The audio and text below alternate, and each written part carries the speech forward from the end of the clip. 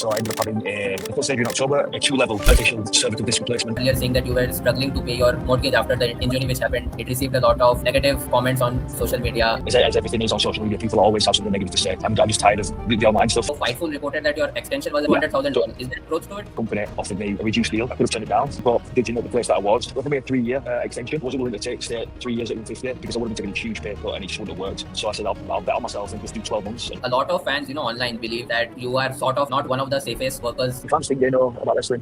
Who broke the news to you that you are no longer required in the main roster? That was my idea because... Welcome to another episode of Wrestleshadow.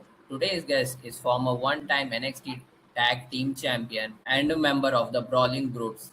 He was out of action for last 6.5 months due to injury, but is now medically cleared by the doctors and is raring himself to make his return to professional wrestling.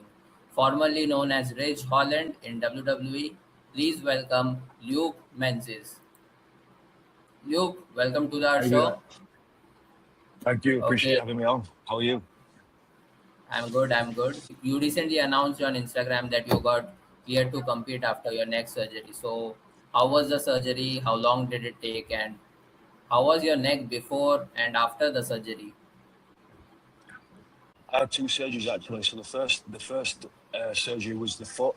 I had an injury called a Lisfranc surgery on my foot, which is like a mid-foot dislocation. And that happened while I was wrestling Moose of TNA.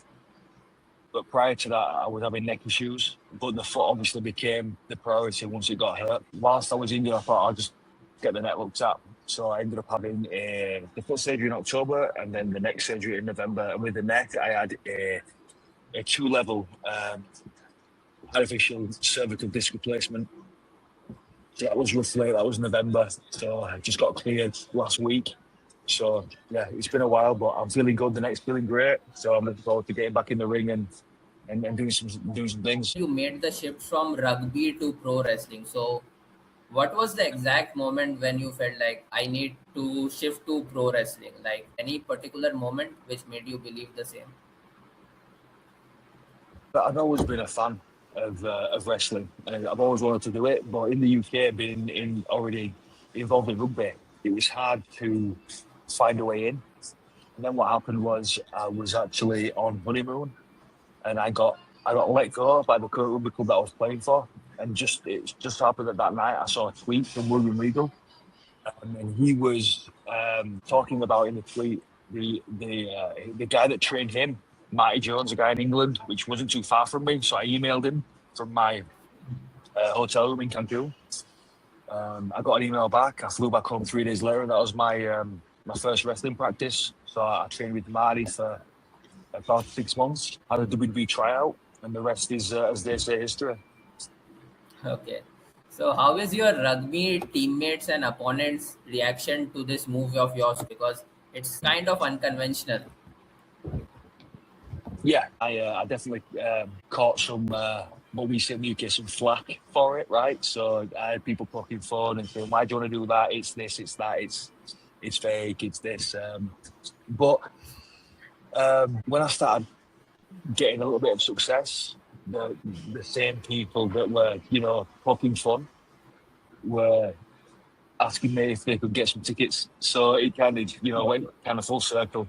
When anything's new, when unconventional, people are kind of ignorant to it and they kind of turn their nose up at it until it becomes the norm. And with me, I just committed and it became the norm and people accepted that. So how did you make the shift from Europe to North America in pro wrestling? So obviously the Performance Center for WWE is based in Orlando. So with me being signed by the WWE, they would require me to come over and relocate to the States. So I had to move myself, my wife and my daughter over.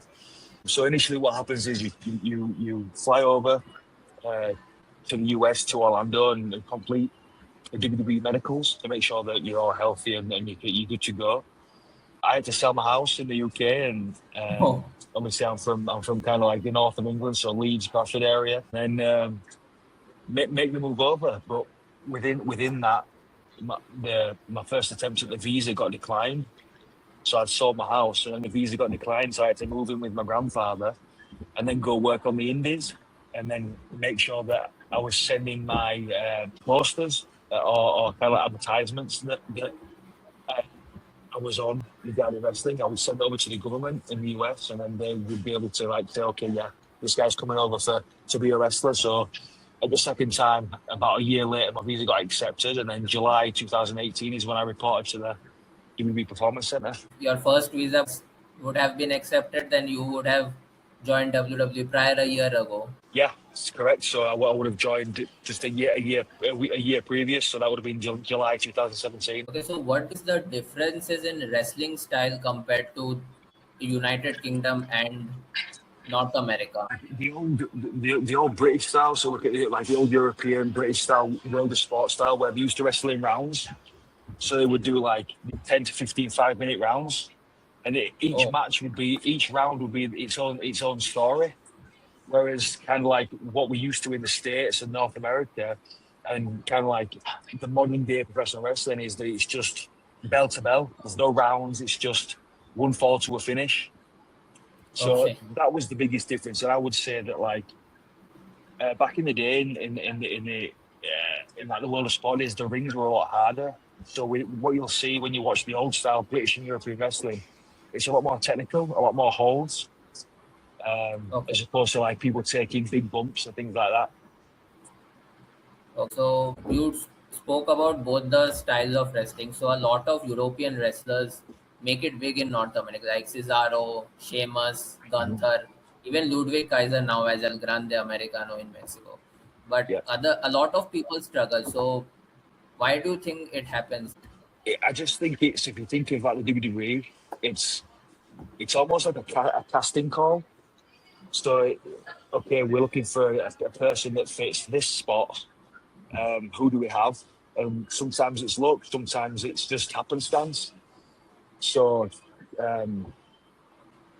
really, they really pick who they want to elevate, who they want to, present. But I always think like the British and European wrestlers, I'm biased, but I always think that we are almost like the better wrestlers. I always think that. It's just a style that I enjoy watching, but so it's nice to see guys like, Gunther's and the Ludwig Kaisers, and even guys like Pete Dunne, Tyler Bate, John Devlin, Finn Balor, Sheamus, and you go back to William Regal, Fit Finlay. It's always nice to go back, obviously, to watch those guys in the current product. It's always nice to go back and watch kind of like the guys like William Regal, Fit Finlay, Dave Taylor, people like that back in the day. So you went on Twitter earlier saying that you were struggling to pay your mortgage after the injury which happened in TNA. So how is your financial situation right now? I mean, without going into too much detail, I'm doing a lot better. I managed to get a job at online coaching, which has kind of helped. And we're just trying to, make things work as it comes. And hopefully once I get back on my feet and back wrestling, things will change. But yeah, it's tough. But everyone in the world is going through challenges, and I'm no different, and they're no different to me. So it's just taking it a day at a time and trying to make sure that the bills are paid and everything's working as it should. Okay, so your mother also launched a GoFundMe campaign to cover your injury expenses, and it received a lot of negative comments on social media. Then you said that you will donate the proceedings to charity after you recover the amount. So can you tell us a bit about status, like what happened next? So the plan is, as soon as I can recoup the money that was donated, I will be giving that money. I will be giving it an option to give it to charity. I'll give it back to the individuals that donated. So that's still in the pipeline. That's still a plan of mine, that when I get that money and I recoup that money, and I have that money spare, I will be giving that money back. It was something that was set up via a family member that thought they were doing, a good deed and helping out because we needed the help. And then obviously with the negative backlash, as everything is on social media, people always have something negative to say. So I made the decision just to thank everybody for the donations, because it was a massive help. It got me through 2 months to pay my mortgage back, so it was a massive help. And I just decided to end the GoFundMe just because I'm just tired of the online stuff. Jinder Mahal also mentioned that the cost of being a wrestler, it's not often taken into account when you sign a contract? You feel that you are getting 100,000 a year, 200,000 a year. It's good, but then you have to book your own cab expenses, hotel expenses. Like, uh, did it come to you as a shock when you were working with WWE in main roster or NXT that these all are not covered? And like, is that a place where a lot of wrestlers go wrong, especially if you are not from USA? It can be quite a big learning curve. But I think because I knew the business, I knew that those things were going to fall on me to pay. But I didn't realize, like, obviously the cost. So basically, you could spend $100,000 on expenses, and then what you've got, then you have to pay taxes, and then what you have to do after that, the cost of living, especially here in Florida, is sky high. You have mortgage payments. If you've got a family, I've got 3 kids. That money, like, it sounds a lot, but it goes. You know, um, Oh, so yeah, it's something that wrestlers need to be prepared for. And obviously, with interest, I think the prices are going to keep going higher.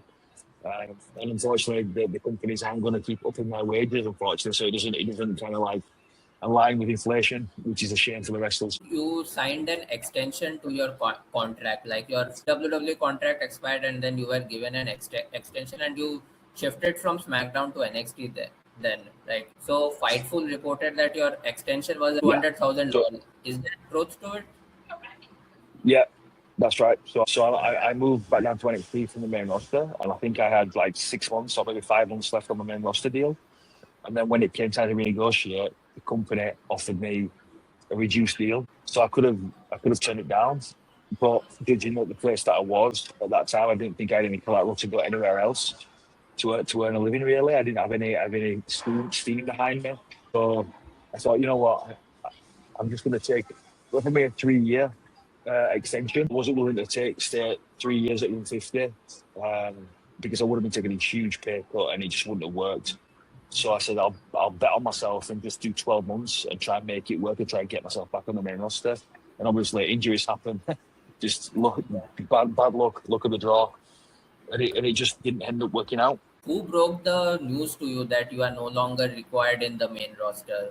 You need to go to NXT. That was my idea because we weren't being used. I just felt like I would rather go back down to NXT and try and reinvent myself than collect a paycheck sitting in catering. So you went to Triple H to say and made the trip. So how was Triple Yeah, H's reaction in that case? Because if you are in NXT, then it, wa- it, getting the call up to main roster is demand. You just took the opposite way. yeah. I mean, it was like I didn't feel like I was creatively fulfilled in the main roster. I didn't feel like as a tag team, me and Pete Dunne were being utilised at the best, the best that we could. And I felt that I was being wasted. So I thought, I'll try and take 2 steps backwards to take 5 steps forward. And again, sometimes you have to try these things, and unfortunately, it didn't work out. Things happen, and it's a business where you're in so little control of your career um, that it's hard to make decisions like that. But sometimes you have to, and you find out if they're right or wrong decisions. It's just one of those things that you've got to try and take a risk. I've always taken risks, and this was one that didn't pay off. Okay, so coming to your main roster career, like one of my best matches of yours, which I saw was the War Games match, which happened against the Bloodline. So, can you go Mhm. us through the spots in a match? Like, which all spots were planned or unplanned in that particular match? But it's funny because we didn't have that match put together. I think we only kind of like had that match figured out 20 minutes before we were due to go out and do the match. Uh, so it was kind of a rush to get everything put together. Um, so I can't even remember off the top of my head what was planned, what was supposed to go where. We just kind of made it work. There was enough people in that match with enough experience that were talented enough that we just made it work. And we kind of, the main thing was making sure that kind of the biggest thing when Roman came in and just making sure that all the big things happened, and then there's things in between we managed to fill and make work. One of the most memorable spot in that match was the 15 beats of chest, which Sheamus, Butch, you, Kevin Owens, and Drew McIntyre did. All the five members of the Bloodline were, tied to the ropes, and you all of were beating to the chest. And crowd went bonkers. So, who came up with that particular idea? Um, I'm not sure. I think it might have been Pete Dunne. I think they Okay. might have come up with that idea.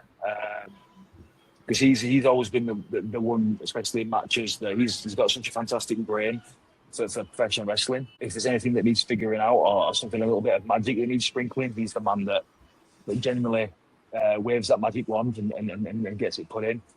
So yeah, I think obviously there's a big Sheamus influence there. Obviously, it's Sheamus's move, so we wouldn't have even thought about it if he didn't start doing that and get so much mileage out of it.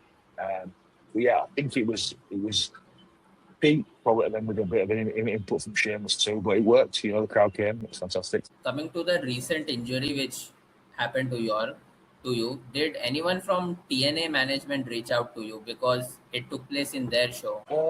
I mean, they were all very, very concerned. The moment it happened, I had some of the boys reach out, some of the wrestlers reach out, but a couple of the management, yeah. But to be honest, things move so fast in the wrestling business that injuries are just they're kind of commonplace now. So it's not as if that everyone just stops what they're doing and checks on you. It's just a matter of, okay, he's hurt, right? Let's get him the best care possible. Let's get him fixed up. So the main thing was just making sure that I was okay on the night, and then certain people kind of made sure. One of the things that stands out, I was sat on the plane, and obviously my foot was killing me, and Mustafa Ali was in first class, and he came and got me, and he gave me his first class seat Okay. to the flight home. So that was a fantastic gesture from him. So you had your match with Oba Femi and Trick Williams in NXT. So I wrestled over on a live event. I never wrestled over on TV, but I wrestled Trick at a Deadline. Yeah. So now both of them are on the main roster. So like, are you following their trajectory in WWE? Yeah, I've seen what they're doing. They're both doing great stuff. They've been given the platform to make themselves stars. And obviously Brock doing the gesture for Rob is massive, and I think he'll be a big star for years to come.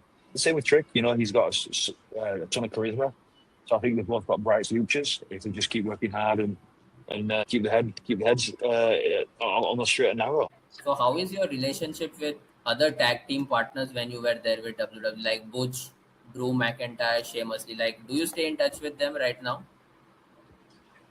I stay in touch with Pete. Yes, like Pete's probably one of my best friends over here. Stay in touch with him. Our families are close. Our kids play together. As far as Drew and Sheamus, I haven't heard anything from Drew and Sheamus.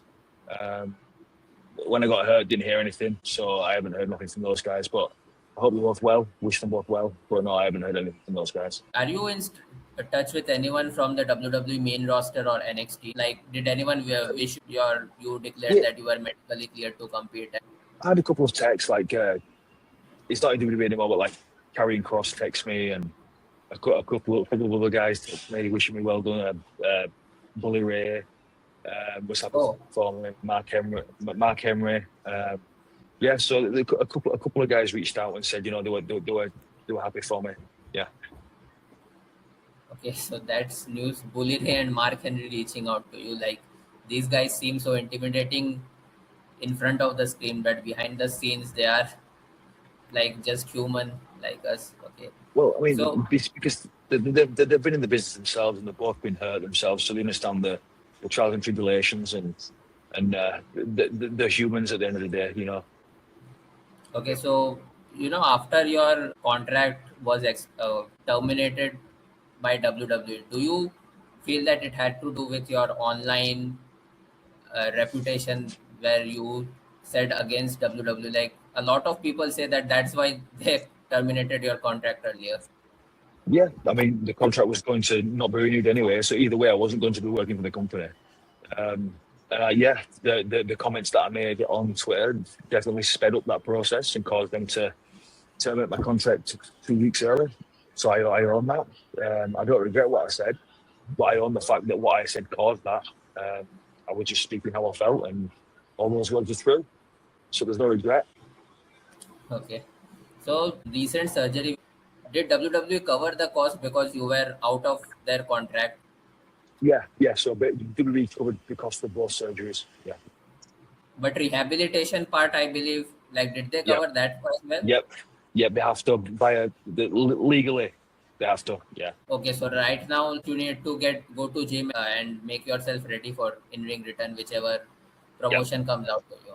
Okay, so Yeah. did AEW, CMLL, RO, Ring of Honor, anyone come? I haven't heard anything yet. Like I say, it's only been like maybe 10 days since I've been cleared. So I'm just concentrating on getting myself back in ring shape, and then whatever happens, I'm just looking to get a couple of matches under my belt, create a little bit of buzz, go out there, re-establish myself, and hopefully things will start happening. Okay, so you were in NXT working for Triple H, and later on, when Shawn Michaels took charge. So, what are the similarities and differences between their working style? So I'd say that since kind of Shawn took over, NXT became more like a lot more faster paced, shorter matches, kind of like a lot more like TikTok style for like your generation. So they didn't want to lose anyone else's kind of like they want to lose anyone's interest, which is hard as a wrestler because you want to tell stories, you want to put some time in and make everything mean something, and it's hard when you're trying to and you're getting rushed through matches, But you just got to do your best. I had pleasant experiences under both. Both gave me an opportunity, so I'm grateful for that. Track record speaks for itself. Triple H is now head of creative for the whole WWE, and Shawn's still doing his thing for NXT. So yeah, we'll see what happens. We'll see if the success continues to roll on. A lot of fans, online believe that you are sort of not one of the safest workers in pro wrestling. Like Yeah. they obviously have a bit of bias because Biggie's injury was Yeah. caused by you. I understand things between you and Biggie are very smooth right now, but did you feel the same while working in WWE that a lot of wrestlers believe that you are unsafe and hence decide that we will not work with him or will not do certain spots? I didn't get that from any particular wrestler. I think it was more my own thoughts, thinking that people might think that. So that's what kind of affected my confidence. But the fans don't really know. Like the fans think they know about wrestling, but they really don't. They don't know anything. Okay. A lot of armchair quarterbacks. It's like they don't know. And if they want to think that I'm dangerous, that's fine. That's perfect. I'll take that. If there's a bit of realism there and they want to hate me for that, that's fine. Yeah, that's fine. Then if they think I hate people, then I do.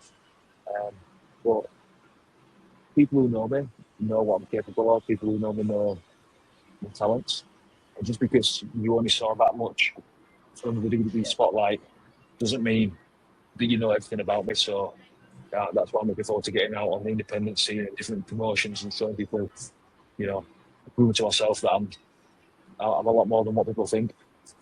You were a part of WWE before and after their merger with UFC and creation of TKO. So did you feel any changes in the creative portion? Um, no, I mean, no. I mean, sometimes when network, I think it's more like the networks that. So obviously, CW shows NXT, and obviously I think they have an input on who they like and stuff like that. So that might influence booking. But as far as like me, I don't think it. I mean, I don't really think it affected me. And even if it did, like, I just get told what to do. I go out there, put my trunks, put my boots on, and just do the best job that I can within the framework that I'm given. But to answer your question, I didn't feel anything was change when they took over. Okay, so one thing you would have done differently in WWE if you were given the chance. Probably wouldn't have cared as much. Like I was always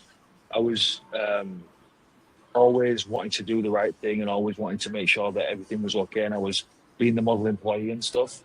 And I was always like kind of anxious and always worried about getting fired. So I think that stifled my creativity. I really feel that, again, I would have just been myself and not really cared. Like if I'd have got yelled at or fired for a decision, so be it. I just wish I'd have gone there and been a little bit more free.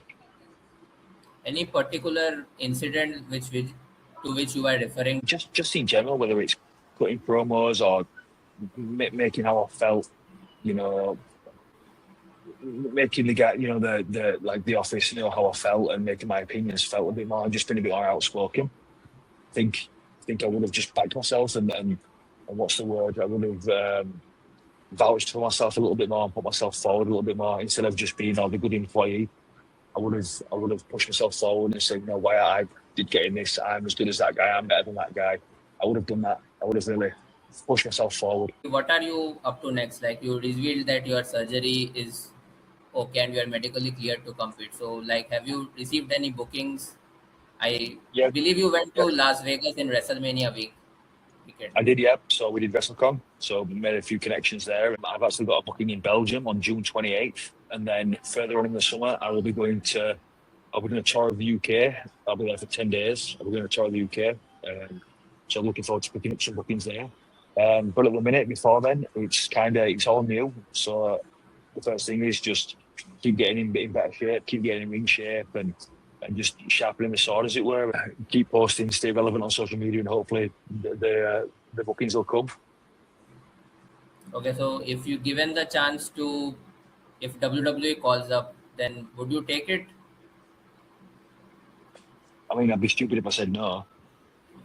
You know, Okay, but just from the monetary side of things, knowing what I know now, I think I'll operate in a different way for sure.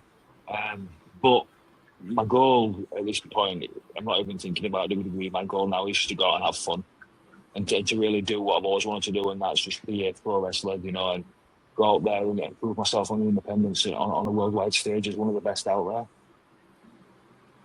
okay. So thanks a lot, Luke, for joining the show.